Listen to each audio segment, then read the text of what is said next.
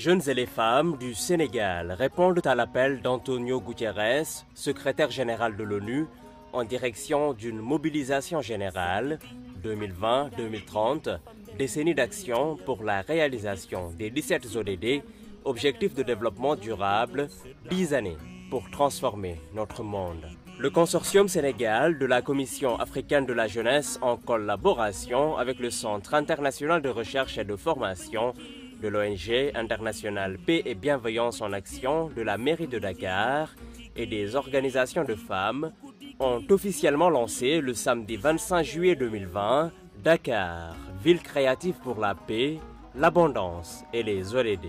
L'opération pilote vise à réussir tous ensemble dans l'unité à transformer les crises actuelles en opportunités de croissance, d'abondance et de développement durable pour tous en harmonie avec la nature. Cette démarche va permettre d'impliquer de manière transversale tous les secteurs d'activité et communautés de la ville, y compris les enfants, en direction des ODD. Cette rencontre s'est tenue en présence de beaucoup d'autorités. L'agenda 2030, le nouvel agenda urbain, le cadre de Sendai pour la protection, ainsi que le nouvel agenda, le financement du développement durable, ouvrent des perspectives très porteuses pour les collectivités territoriales africaines.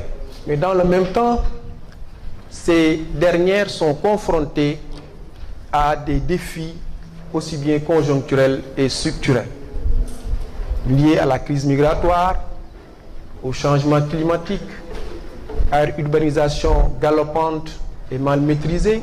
Et donc nous sommes aujourd'hui tenus de trouver des voies et moyens pour véritablement lutter contre ces fléaux.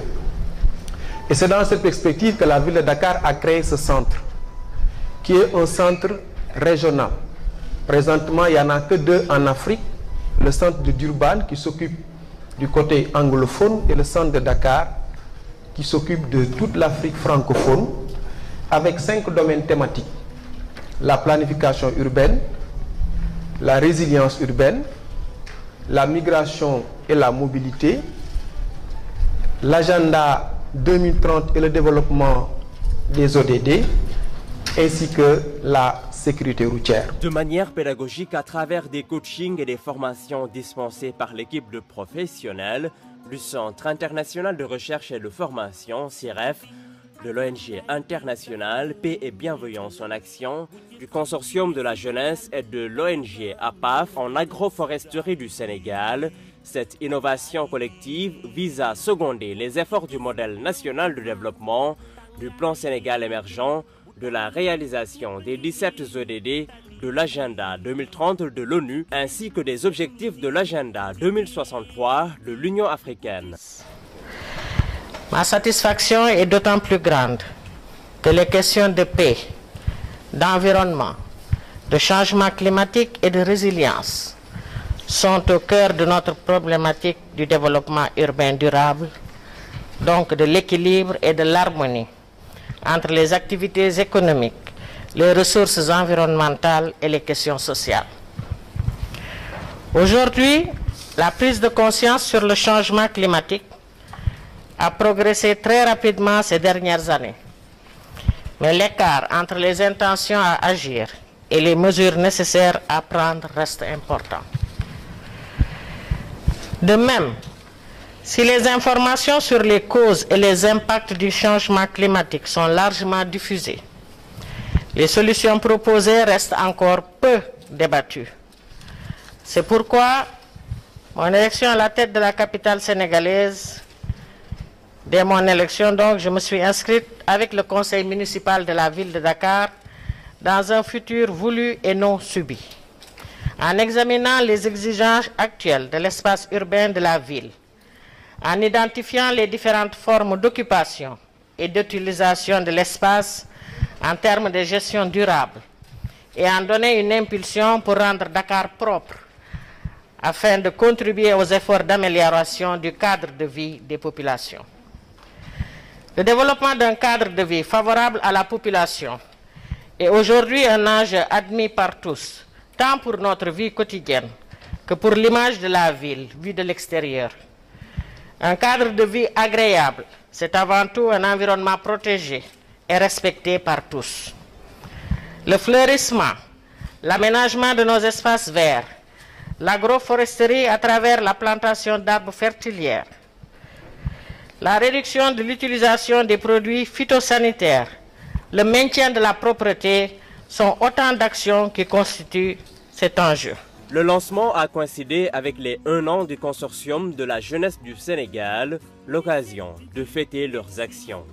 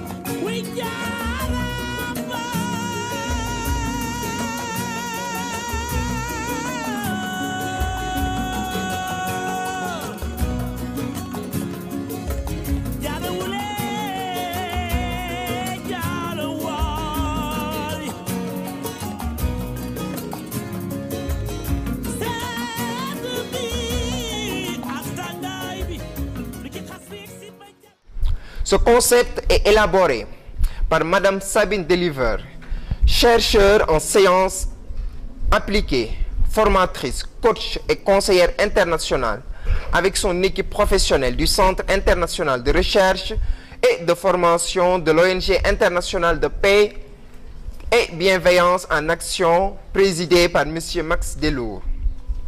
Ils sont intervenus aux Nations Unies de Genève à plusieurs reprises dans le cadre d'événements autour de la paix et les ODD, en tant qu'experts d'actions pratiques menées sur le terrain à travers le déploiement des pratiques de leur programme international des arbres de paix et des ODD avec d'éducation et développement durable. Mesdames et messieurs, permettez-moi, avant de finir ce discours, de remercier vraiment les membres du consortium Sénégal.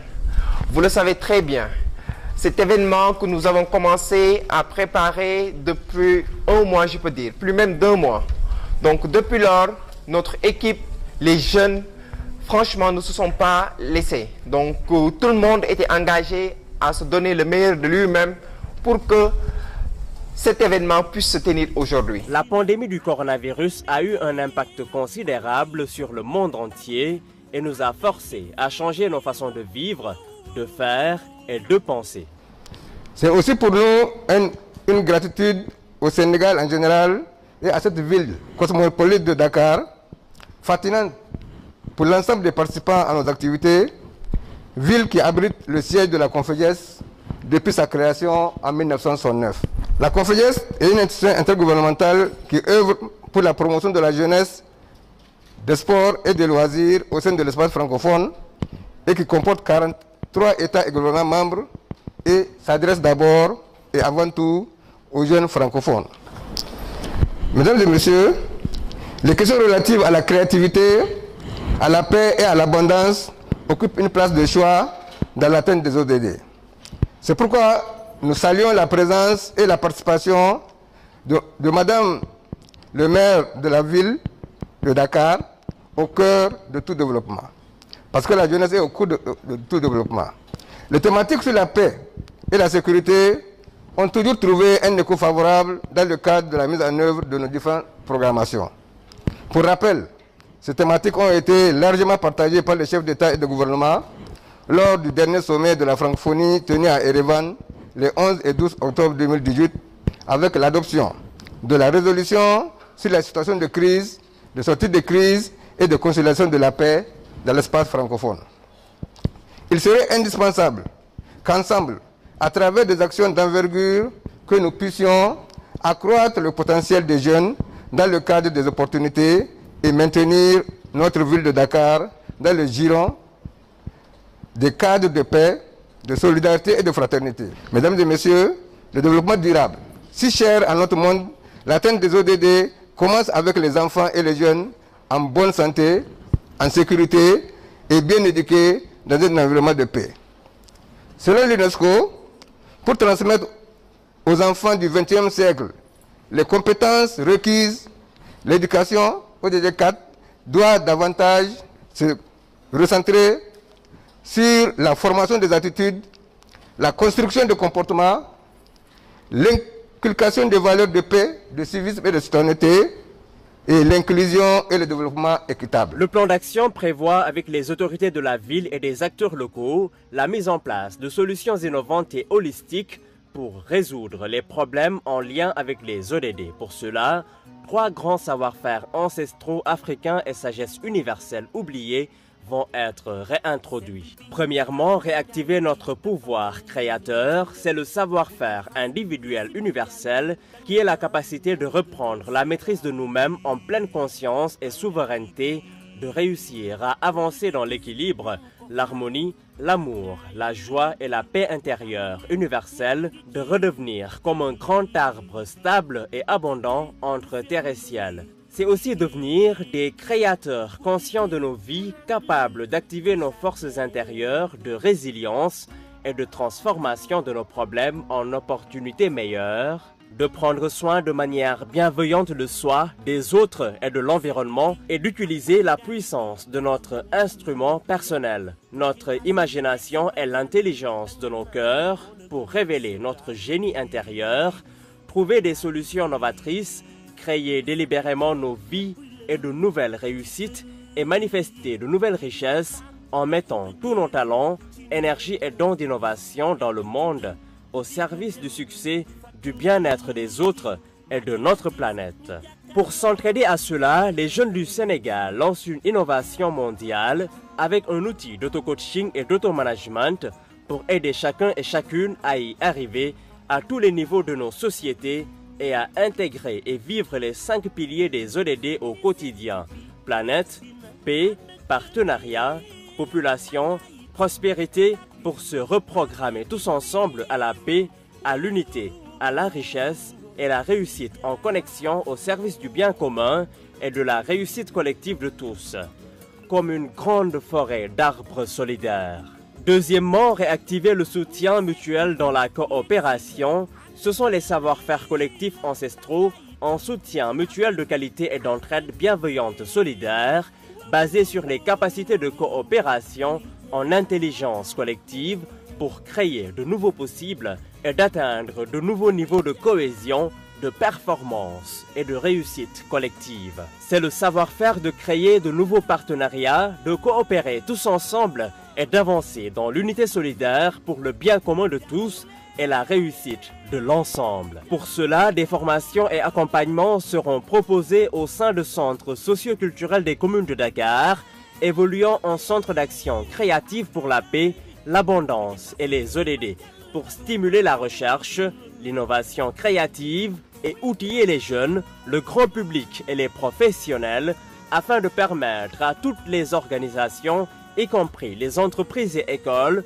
de devenir officiellement des organisations créatives pour la paix, l'abondance et les ODD, afin que chaque personne en interne soit soutenue et pour mener des actions en interne et vers l'extérieur pour les 17 ODD, afin de soutenir ensemble la réussite d'autres citoyens dans le pays, en Afrique et dans le monde.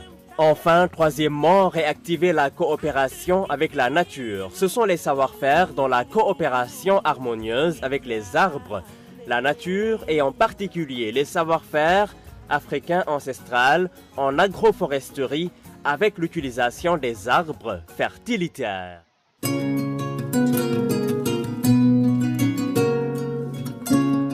Par la formation et l'accompagnement, cette opération collective va permettre le reverdissement massif des espaces publics et des écoles de nos villes et villages du pays, une refertilisation des sols, avec le développement d'une agriculture urbaine et rurale abondante en réponse aux actions climatiques, sécurité alimentaire pour tous, création d'emplois et réduction de l'exode rural, et pour garantir la transmission durable de ce savoir-faire ancestral dès le plus jeune âge. Lorsque j'ai entendu présenter cette initiative, j'ai vu tout de suite les différentes thématiques dans lesquelles l'organisation que je représente, qui est l'UNESCO, travaille. J'ai vu que vous êtes allé puiser dans le patrimoine immatériel de ce continent pour proposer cette initiative de réforestation. Vous n'avez pas réinventé la roue. Vous êtes allé puiser dans le patrimoine culturel immatériel. C'est qui touche un petit peu à notre thématique de la culture que nous couvrons. Je vous ai entendu parler de ne pas réinventer la roue, mais d'utiliser un cadre qui existe, qui est celui des objectifs de développement durable. Je vous ai aussi entendu parler d'inclusion, de travailler avec toutes les parties prenantes qui font partie de nos villes pour pouvoir lancer cette initiative.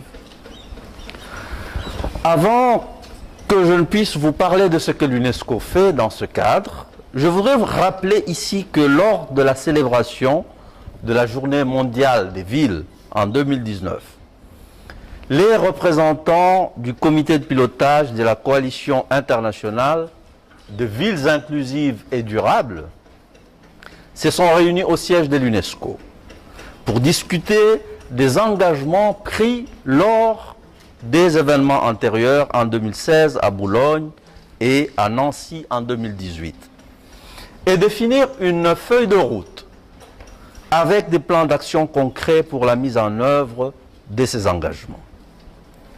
Ces plans d'action sont constitués d'engagements pris par les villes elles-mêmes dans les domaines prioritaires qui ont été définis par les maires qui représentaient ces villes. Il s'agit de l'éducation, du logement, de l'emploi, des activités culturelles et j'en passe.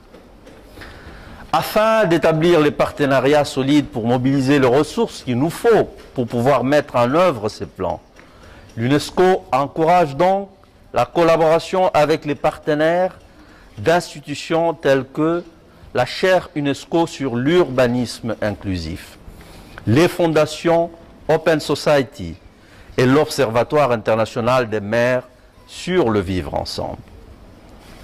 Pour l'UNESCO, il est également important de renforcer la coopération de ville à ville et d'étendre les partenariats avec les autres acteurs urbains en vue d'élaborer un projet mondial commun. Cette opération pilote est destinée à être reproduite avec la jeunesse et les femmes, non seulement dans d'autres villes, mais également les villages du Sénégal, du continent africain et dans le monde. Nous nous posons tous la question suivante. Comment léguer à nos enfants un monde en paix où chacun, femme et homme, puisse se réaliser et s'épanouir dans la dignité en ayant accès à l'éducation et à la santé, où l'environnement soit préservé, à un monde où les inégalités et les injustices auront été combattues. Il est nécessaire que toutes les énergies présentes dans nos sociétés convergent enfin pour rendre cet avenir possible. La route sera longue, bien sûr, mais nous n'avons pas d'alternative. Changer notre modèle de développement, nos modes de production et de consommation est devenu une nécessité, comme beaucoup d'autres l'ont souligné déjà ce matin. Mais nous vivons dans un monde et dans des sociétés plus fragiles qu'il n'y paraît. Le secrétaire général des Nations Unies, notamment, l'a souligné avec force. Les objectifs du développement durable ne pourront pas être atteints d'ici à 2030 si les efforts ne s'accélèrent pas pour réduire les émissions de gaz à effet de serre, la production de déchets, la destruction de la biodiversité et la pauvreté. L'inertie est, à terme, synonyme d'aggravation du réchauffement climatique, du creusement des inégalités et de l'épuisement de nos ressources. Ce constat d'urgence ne doit cependant pas nous décourager. Au contraire, ce constat doit nous galvaniser dans nos efforts et notre action. Car en quelques années, les objectifs du développement durable ont pris leur envol. Ils servent désormais de référence à de nombreuses initiatives de citoyens, d'entreprises et du secteur public. Et nous disposons maintenant de différentes feuilles de route à tous les niveaux. Déjà pour fêter la journée internationale de la paix du 21 septembre 2020, une grande opération sera menée avec toutes les écoles de Dakar et permettra de réintroduire ces 3 savoir-faire ancestraux, d'inaugurer leurs arbres de paix, d'exprimer les talents et créativité des enfants et communautés scolaires par la réalisation de dessins, chansons, poèmes, danses, jeux de respiration et autres pour célébrer et vivre la paix en harmonie avec la nature et agir pour les ODD ensemble au sein des écoles et familles et en communion avec les autres enfants et communautés dans le monde. C'est aussi donner l'occasion aux écoles de Dakar, par des outils de pratique quotidienne et accompagnement, de devenir des écoles créatives pour la paix, l'abondance et les ODD et d'innover ensemble pour les ODD dans le monde. Le CLGS a longtemps contribué et participé aux différents travaux et activités pour l'atteinte de l'ODD, des ODD à travers des plateformes de structures de coordination. En effet, de par ces champs d'action et missions, les jeunes sont des acteurs clés dans la mise en œuvre et le suivi des ODD. Cependant, malgré les efforts notés, les défis à relever restent énormes. Et la pandémie de la COVID-19 nous exhorte à un partenariat durable pour le renforcement de nos capacités de résilience face aux différents chocs. Chers partenaires, chers jeunes, nous devons, en tant que jeunes, faire de l'atteinte des ODD une priorité. Si les objectifs de développement durable sont des promesses signées par nos dirigeants, comme le disait Ban Ki-moon, chef des Nations Unies, les jeunes en constituent les acteurs incontournables de sa réalisation. Et nous invitons les autorités et les partenaires à plus d'implication sincère, participative et inclusive des jeunes à tous les niveaux pour la prise en charge de leurs contributions au suivi des ODD. Très impliqué dans les problématiques environnementales, le créateur et concepteur du journal rappé Rouman était de la partie. Le modèle a réussi et s'est exporté. Aujourd'hui, le journal télévisé rappé est présent en Côte d'Ivoire, en Ouganda, en Jamaïque, au Vietnam et à Madagascar.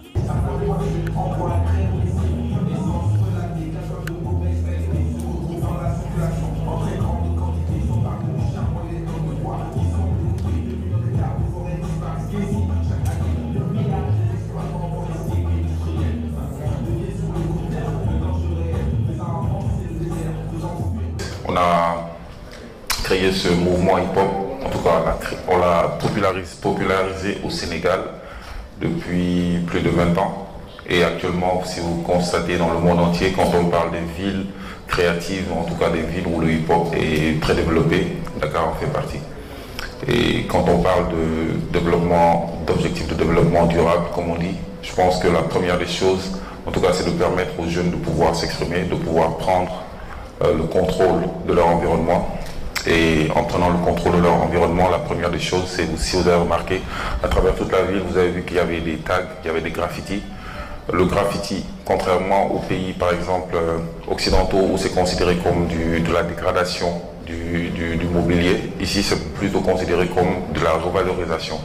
Parce que quand un mur est délabré, et que les gens viennent jeter des ordures et qu'ils viennent uriner, dès qu'un artiste graffiti décide d'y mettre des graphes, automatiquement ce mur devient à nouveau un mur qu'on peut contempler et les gens évitent d'y jeter des ordures. Et si vous avez remarqué, même durant cette campagne, cette période de lutte contre le Covid-19, vous avez vu que les artistes graffeurs ont utilisé leur art pour communiquer à travers les murs, leurs dessins sur la protection. Ça c'est une chose. Pour le hip-hop, pour le rap en tout cas, donc de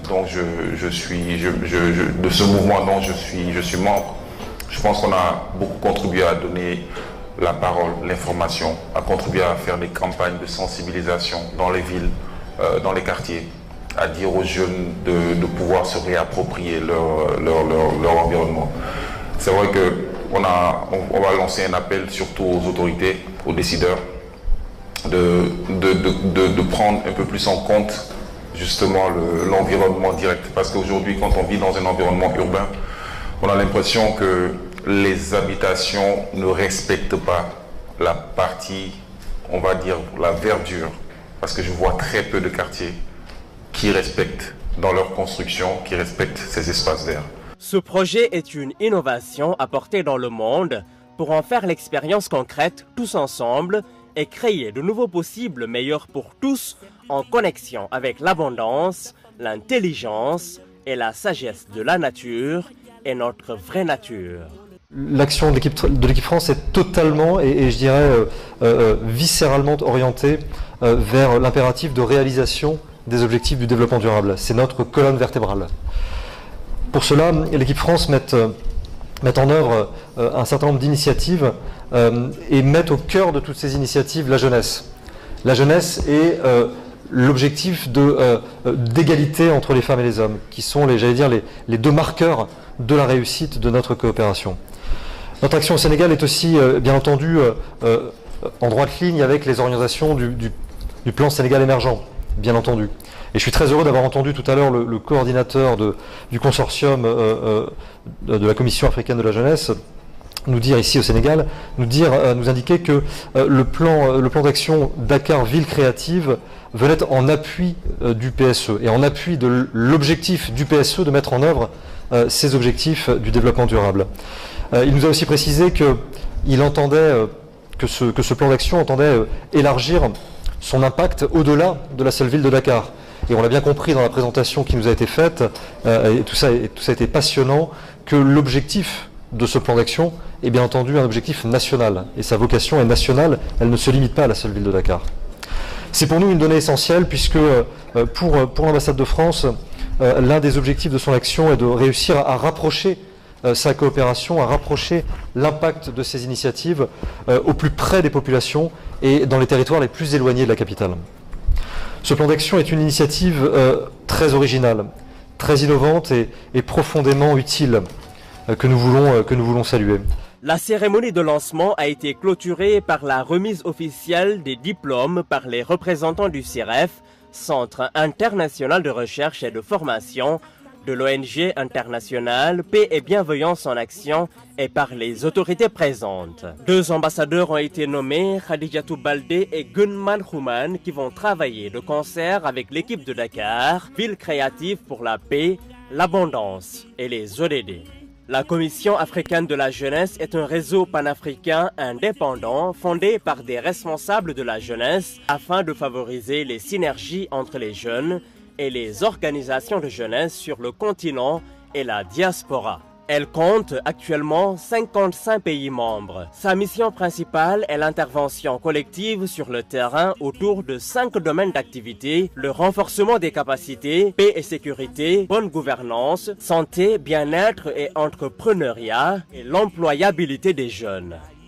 Alors, ce texte a inspiré Mandela à plusieurs reprises et a inspiré toute sa vie. Et c'est important. Notre peur la plus profonde n'est pas que nous ne soyons pas à la hauteur. Notre peur la plus profonde est que nous sommes puissants au-delà de toute limite. Et au fur et à mesure que nous laissons briller notre propre lumière, nous donnons inconsciemment aux autres la permission d'en faire de même. En libérant notre propre peur, notre puissance libère automatiquement les autres. Bu bëccëgee ñu fexlu ci géej gi bu guddi gi ñu lànk ci jardin bi.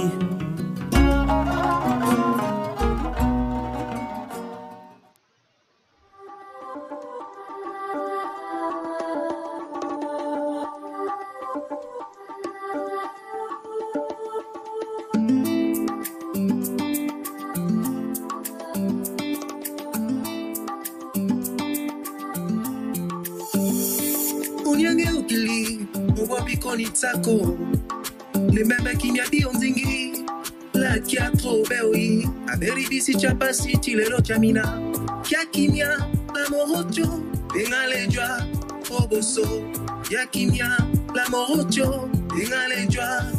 Ensemble, unis pour bâtir un monde meilleur. Ce qui nous unit est plus fort, ce qui nous divise. Ce qui nous unit est plus fort. C'est dans l'unité, l'unité qu'on pourrait bien avancer. Peace one day, c'est dans l'unité, l'unité qu'on pourrait bien avancer. Peace one day. Ok. Imanabe ayeti chiri waratimbi yako adape etimbi yanangia iyegi siriri na yachi dunya so ilami gaibia tene timaraso isuru buku nima gama fana mila so ndarati iritimbi ai baba ai mama Mengue Dunha, Isando e Nadawa. Tenho dor do coração, não estou em paz. Quando vejo a minha terra, me sinto mal. Toda a riqueza do mundo não compra amor.